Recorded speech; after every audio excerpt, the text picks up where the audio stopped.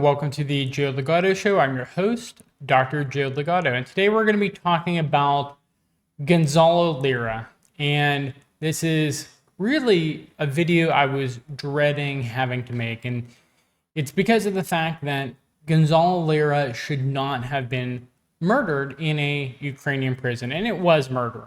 He was not tried for anything. He died of, it seems like, multiple different complications that seem to be the result of torture, and he was a relatively healthy human being before being imprisoned. And so this was nothing less than an execution. And it's really, really sad that this happened to Gonzalo Lira. And Gonzalo Lira is someone who wanted to stay close to his family, which was why he was in Ukraine.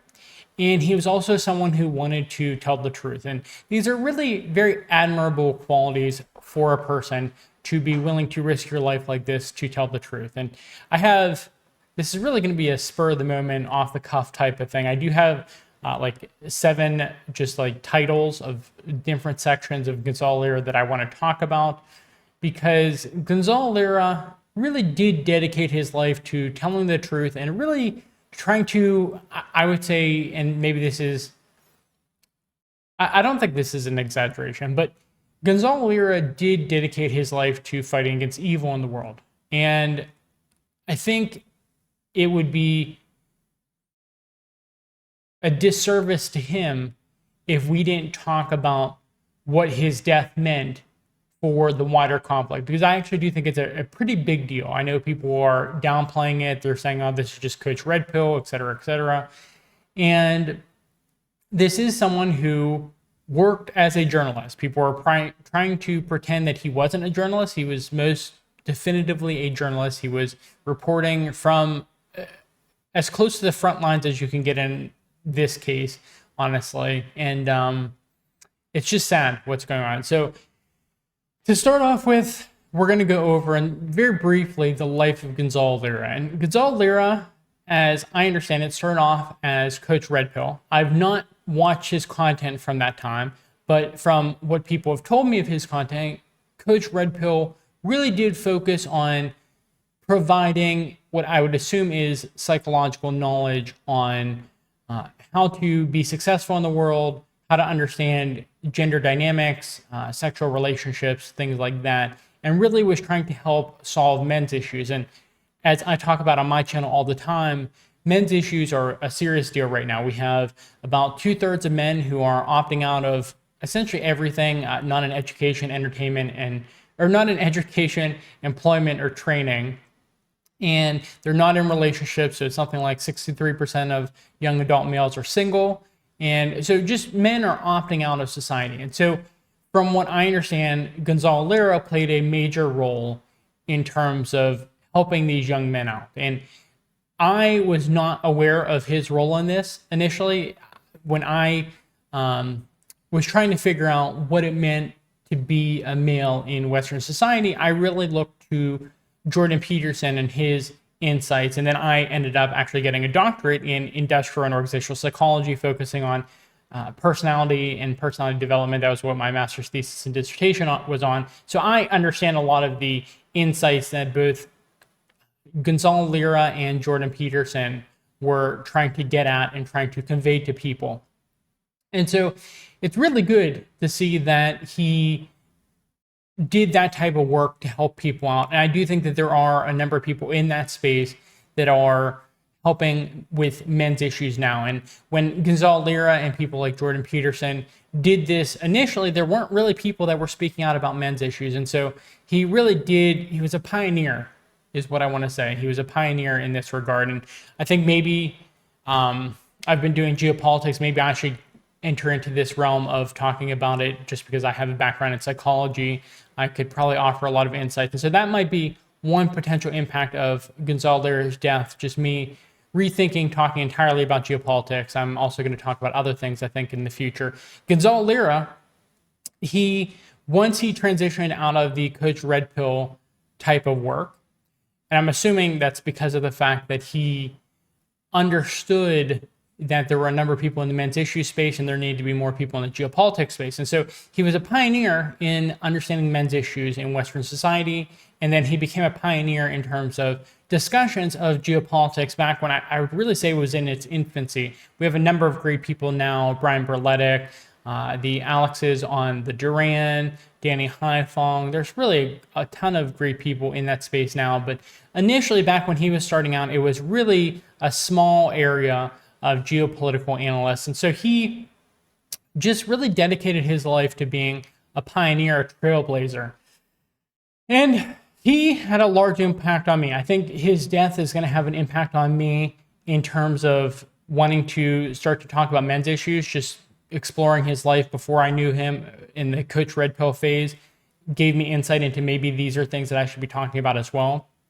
But in terms of starting up a content creation career in geopolitics, he was a significant factor, along with people like Brian Berletic and the Duran, in terms of me getting into content creation for geopolitics. And so he had a large impact in my life, and I'm assuming in the lives of the people watching this as well. And so leave a comment, question, concern, critique, anything you want to say about Gonzalo Lira and his impact and my making of this video. Please leave a comment in the comment section below about that. I would love to read that. And so that's the life of Gonzalo Lira. He had his Coach Red Pill phase of being a trailblazer, and he had his geopolitics phase in terms of really warning people before the war even started in Ukraine about the things that were going on in that area of the world, because that's where his family lived, that's where his children were. And so he was just a trailblazer all around for both of those segments of his life. So getting into the next 2 points that I wanted to make, the reasons for staying in Ukraine and then the criticisms and accusations of Gonzalo, I'm probably going to take these two together because they are related. Gonzalo, as we know now, he was a very private man, but he was in Ukraine, one, because he was a journalist and he was reporting essentially from the front lines, but two, because his family was there. And so he had to be there. In fact, after his first time being arrested, he was forced to stay in the country. He believes in his videos that he made right before his death that they were trying to push him out of the country, he thinks. That's what they were hinting at, even though he was supposed to stay in the country. So I don't know really truly what the Ukrainian government wanted there, but he was by law supposed to stay in the country after his first arrest. And so it's no question about why he was there. And I know there were people who were casting aspersions on his character, saying that he was a stooge, a puppet of the Ukrainian government. And we can clearly see that that is not the case. If they murdered him in prison, he was not working for the Ukrainian government. And I don't think it makes overly much sense. One criticism I heard was that Gonzalo Lira, he was acting as a spy for the geopolitics movement that were more leaning towards the pro-Russian side. And the person who said this drew an equivalence between that and getting people within gangs. And that's obviously, if you understand anything about anything, that doesn't make any sense, because gangs are very secretive and they hide a lot of things. The geopolitics space, these are people who are content creators. They anything they want to say, they say it out loud. And so there's not really much you're going to get by having someone on the inside of the geopolitics space, because they are making videos that are talking about topics that you apparently do not want them to talk about, which is videos that are not pro-Western. And so it did not really make sense at face value, the accusations that he was a part of some Ukrainian spy operation to try to get into the inner circle of geopolitics content creators. It doesn't make sense because it's a very open area where people are directly talking about what they want to talk about. So we talked about his reasons for staying, and really the only reason that he needed to stay was because of his family. There were other reasons that we talked about as well, but everything else can be pushed aside because he just wanted to stay with his family. Criticisms and accusations of Gonzalo, again, we talked about it. It just did not make sense, and it should not have taken his death for people to come around to the fact that he was not a spy for the Ukrainian government. And quite frankly, I've even read some tweets where people still think he was a spy for the Ukrainian government, even though they murdered him. Just absolutely ridiculous. But I just wanted to air that out right now. So let's talk a little bit more about the impact of Gonzalo's work. Gonzalo, as we talked about, is a trailblazer. He trailblazed the men's issues, he trailblazed geopolitics, and he is really talking from the front lines about what is going on in Ukraine. And we should be concerned that he was murdered in this Ukrainian prison, because it sounds like and this is something that I think people should be talking more about, his injuries, his illnesses, they only came to light when he actually went to court. And it's a ridiculous inference, it's a ridiculous prediction to say that he only had his sickness once he was in court. No, he obviously had a sickness before court. We don't know how long before court, and it was only brought to light when he was in court. And this should be very concerning, because not only did they torture him, but they hid the evidence of his torture. They hid the outcomes of it, the sicknesses that he got in return for it as a consequence of the torture. And it only came to light at his actual time in court. And this is not something that should be occurring for an American citizen. Someone should not be treated like this. And it's part of a larger problem that's been occurring within the world, which is that anyone who is against the Western mainstream narrative is the West is just saying it's free season on them, that they're allowed to be murdered, they're allowed to be tortured, they're allowed to be disappeared. And this has major, major implications for multiple different segments. So we're going to start with implications for Russia. And this is the thing where it's like, if he was actually working for Russia or Ukraine, it would be obvious that there would be some consequences in that in terms of the war effort. Like if he was a Russian spy, like the Ukrainian government seems to believe, the Russians would be more upset about what's going on. But really, he was just an independent journalist. And he was speaking the truth as he saw it. And he was an American citizen who was using his free speech right to do that. And they were not allowing him outside the country, which, again, the United States government should have pressured them to allow him outside the country. But in terms of the implications for Russia, Gonzalo Lira's death is, I hate to put it like this, but it's just another one of those deaths alongside Daria Dugina and others like that who have been murdered. Russia is just used to this, but he was not, as far as anyone can tell, working for Russia. And so his death really does not have wider implications for Russia aside from the understanding that the West is going to execute anyone, murder anyone, torture anyone who disagrees with the Western narrative. Now, there's bigger implications for Ukraine. For Ukraine, they've shown themselves to be willing to murder anyone who says anything against them. And this should help you to figure out the situation in Ukraine. If your government, if your military is winning, you're not going to be murdering random journalists who are speaking out against you. Okay? Murdering random journalists who are speaking out against you is something you do as a sign of desperation when things are reaching their endpoint. It is very clear that Ukraine cannot last much longer. They are loosening their conscription requirements.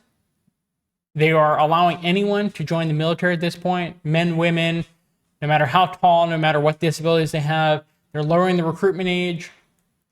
The average age is something like 43 right now for Ukrainian military personnel. And they have, by all indications we can see, and Ukraine is even starting to admit this, they have hundreds of thousands of dead Ukrainians. Okay? And so it should be clear that Gonzalo Lira's death is not something you would see from a country that is winning. Okay? This is, and I will reiterate this over and over again, an American citizen. America and the Western world is supplying Ukraine with essentially all of its arms, all of its equipment, all of its backing of the government, funding the government, et cetera, et cetera. And Ukraine, in one of their final acts of desperation, murders an American citizen. There's no other way to look at it. Okay?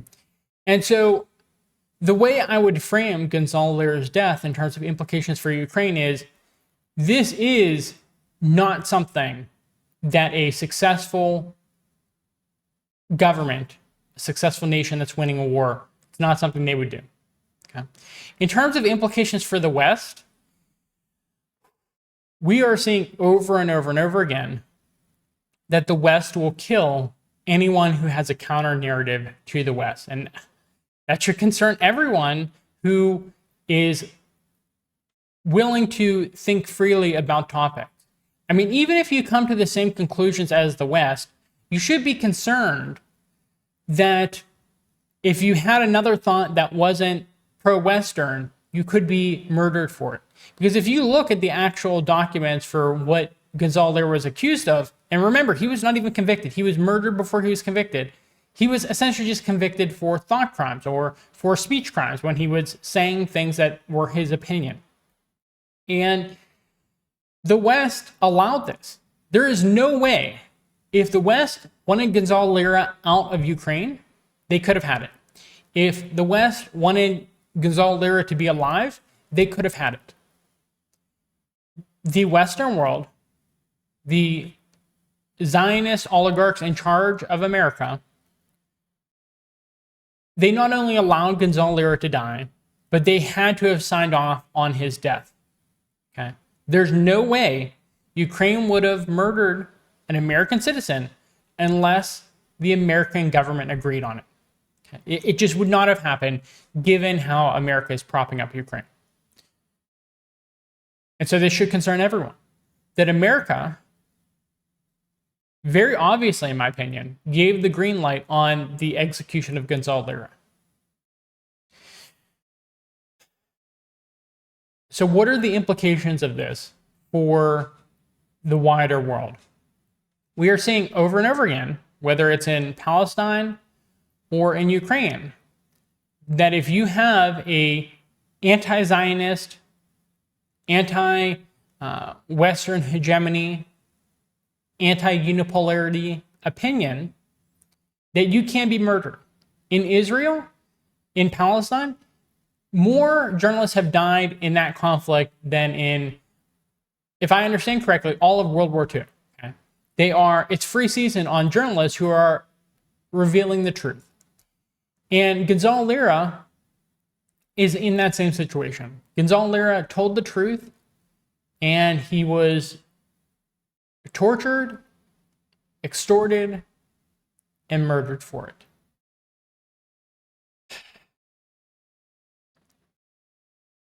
It's dark times in the Western world. And as I talked about when I was talking about the Ukraine situation, this is not the type of thing that winners do. If you're winning, you don't go murdering journalists. Okay? So I just want to end with Gonzalo Lira had a major influence on my life, a major impact on my life. I decided to become a content creator because of people like him, because of people like Brian Berletic, because of people like the Durand, because of people like Dana Haifong. I left my career in academia, tenure track professor. I could have been making six figures pretty easily. Industrial and organizational psychology is over the past decade, 2012 to 2022, it was the fastest growing field in the United States. It's a STEMS field, science, technology, engineering, and math. It's one of the highest paying subfields of psychology. And people like Gonzalo Lira, they told the truth, and they really impacted a lot of people like me with the things they were saying. I don't always agree with everything that Gonzalo Lira said, but I can say that I knew he was telling me the truth. I knew that he was being honest as he saw it. And as someone who was a professor, tenure track assistant professor, I looked at that and said, there are so many topics that I can't talk about as an academic, and I want to talk about with my students. I want to make sure they understand this information.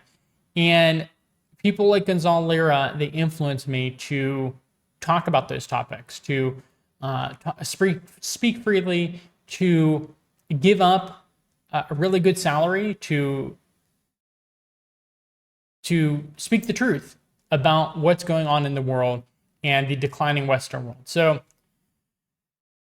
I'm not going to give my normal outro speech about like, subscribe, all that stuff. It doesn't matter right now. What matters is remembering and honoring the memory of Gonzalo Lira, a journalist, a father, a man who was willing to give it all to speak the truth. So thank you for watching, and I hope you have a good rest of your day. Always remember Gonzalo Lira and Free Palestine.